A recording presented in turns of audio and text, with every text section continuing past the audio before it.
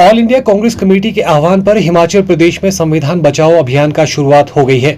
वहीं इस अभियान के तहत कांग्रेस पार्टी कार्यालय बिलासपुर में जिला स्तरीय बैठक का आयोजन किया गया, जिसमें हिमाचल प्रदेश कांग्रेस कमेटी की अध्यक्ष व पूर्व सांसद प्रतिभा सिंह ने मुख्य रूप से शिरकत की। वहीं इस बैठक के दौरान पूर्व मंत्री रामलाल ठाकुर, पूर्व विधायक बंबर ठाकुर, तिलक राज शर्मा सहित कांग्रेस पार्टी नेता व कार्यकर्ता मौजूद रहे।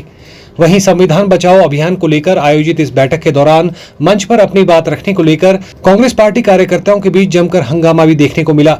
वहीं ये हंगामा मंच पर बैठी कांग्रेस प्रदेशाध्यक्ष प्रतिभा सिंह, रामलाल ठाकुर व बंबर ठाकुर के सामने होता रहा और मामले की गंभीरता को देखते हुए पूर्व मंत्री रामलाल ठाकुर ने मंच संभाला और मामले को शांत कराया। वहीं इसके पश्चात मंच से संबोधित करते हुए एक कार्यकर्ता साबरदीन ने सरकार तक पार्टी कार्यकर्ताओं की बात न रख पाने पर प्रतिभा सिंह से अपने पद से इस्तीफा देने की मांग कर डाली।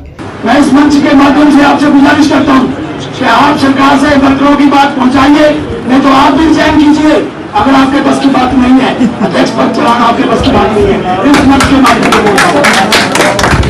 या तो वर्करों की बात को सुनिए, उसका हल कीजिए, वरना इन बातों को छोड़ दीजिए। जिस पर प्रतिभा सिंह ने कहा कि हर परिवार में एक मुखिया होता है, बुजुर्ग होता है और उनकी किसी एक बात पर अगर आप सहमत नहीं होते तो आप उनके समक्ष बात रख सकते हैं, ना कि उनसे लड़ाई कर सकते हैं।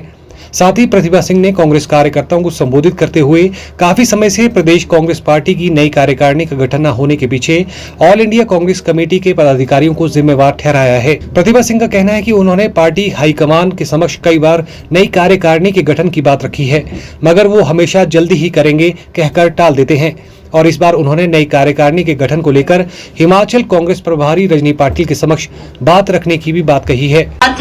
मैं पार्टी पर आती हूँ क्योंकि आपने, मेरे भाई ने यहाँ कहा आप लड़ाई नहीं लड़ सकते तो आप घर में बैठ जाएं, आप छोड़ दें। बहुत अच्छी बात है, आपने नाराजगी जाहिर की, आपने कहा कि ऐसा होना चाहिए, ऐसा होना चाहिए।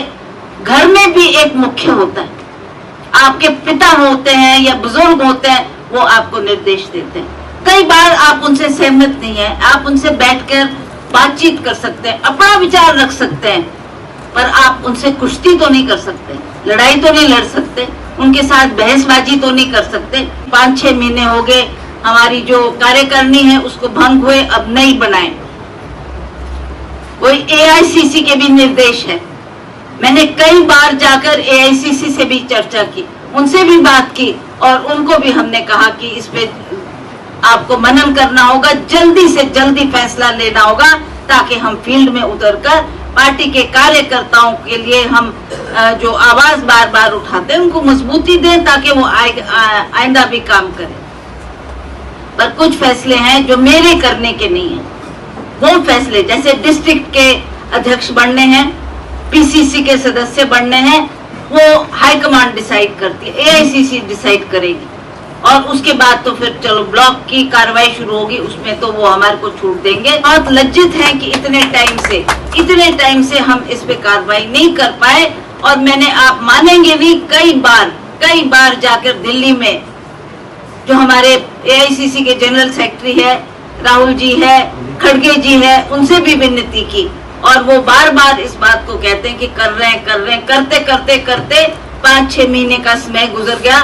अभी हमारी नई प्रभारी बनी है रजनी पाटिल जी, वो भी आई थी, उनसे भी मैंने आग्रह किया कि आप इस काम को जल्दी करें। इस संविधान को बनाने के लिए हमारे डॉक्टर अंबेडकर जी ने जो पहल की और उनको वो काम दिया गया, उन्होंने कॉन्स्टिट्यूशन बनाई। आज हमारे को अधिकार अगर मिलता है, कितने अधिकार मिले जबकि हमारी कॉन्स्टिट्यूशन फॉर्म हुई और उस कॉन्स्टिट्यूशन के तहत हम अपने अधिकार प्राप्त कर पाए। आज बहुत दुख की बात है कि इस कॉन्स्टिट्यूशन को, जिसकी बार राहुल जी पार्लियामेंट में करते रहे, वो कांग्रेस पार्टी के लीडर हैं और वो जानते हैं इसकी अहमियत और उनको पता है कि उनके परिवार के, चाहे उनके पिताजी रहे, चाहे उनकी दादी रही, उन्होंने इस देश के लिए कुर्बानी दी है।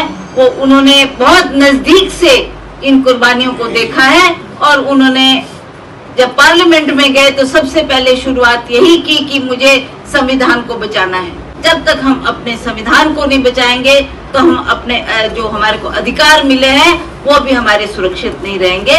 तो इसलिए मैं आपसे ये कहना चाहती हूँ कि हम इस कार्यक्रम को अब जिला में हम करेंगे, जो अभी पोस्टपोन हुआ उसके बाद डिस्ट्रिक्ट लेवल में होगा, उसके बाद ब्लॉक लेवल पे होगा, उसके बाद डोर टू डोर कैंपेन शुरू होगी ताकि हम हर घर में जाकर। वहीं जातिगत जनगणना के लिए कांग्रेस सांसद राहुल गांधी द्वारा सदन में लगातार आवाज उठाना और केंद्र सरकार द्वारा जातिगत जनगणना के लिए सहमति देने पर प्रतिभा सिंह ने खुशी जाहिर करते हुए इसी तरह केंद्र सरकार पर अपनी मांगों को पूरा करने को लेकर दबाव बनाने की बात कही है। वो जाति जनगणना की बात करते हैं, जाति जनगणना की बात राहुल जी ने की है और हमें बहुत खुशी है कि उन्होंने हर मीटिंग में, हर मंच पे ये और पार्लियामेंट में भी बार बार इस आवाज को उठाया कि हमारी जाति जनगणना होनी चाहिए।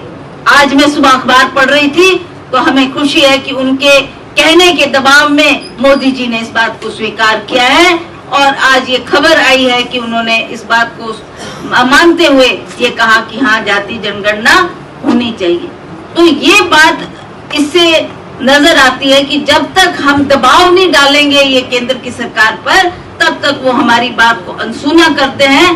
पर अब वो समय आ गया है जब हमको अपनी बात को बार बार लोगों के समक्ष ले जाना है, लोगों को समझाना है कि कांग्रेस पार्टी का इतिहास क्या था, कांग्रेस पार्टी की बदौलत हमको कितने अधिकार मिले। आज मोदी जी का प्रयास क्या है? मोदी जी क्या चाहते हैं? यही चाहते हैं कि हम देश का बंटवारा करें, मुसलमान को हिंदू को लड़ाने की बात करते हैं। मुझे बहुत खुशी हुई अभी जब हाल में ये पहलगांव में ये इंसिडेंट हुआ, उसके बाद मुसलमान जो वहां बसते हैं, कश्मीर में बस रहे हैं, श्रीनगर में बस रहे हैं, उन्होंने खुल के वो हमारे हिंदू के इसमें आगे आए हैं, क्योंकि उन्होंने भी जो टेररिस्ट थे उन्होंने भी टारगेट किया था, तो वो हिंदुओं को ही टारगेट किया था। उनको पूछा आपका धर्म क्या है, आपकी जाति क्या है, और तब उनके ऊपर गोली चलाई। तो इसलिए उनके रख रखाव में वहाँ के मुसलमान शायद जितना खुलकर बोले, आज हम उस बात को इतना खुल के नहीं बोल पा रहे। तो ये बातें भी हमें लोगों के सामने ले जानी है और हमारे भाईचारा आपस में बना के रखना है। Bureau report, channel 9, Bilaspur.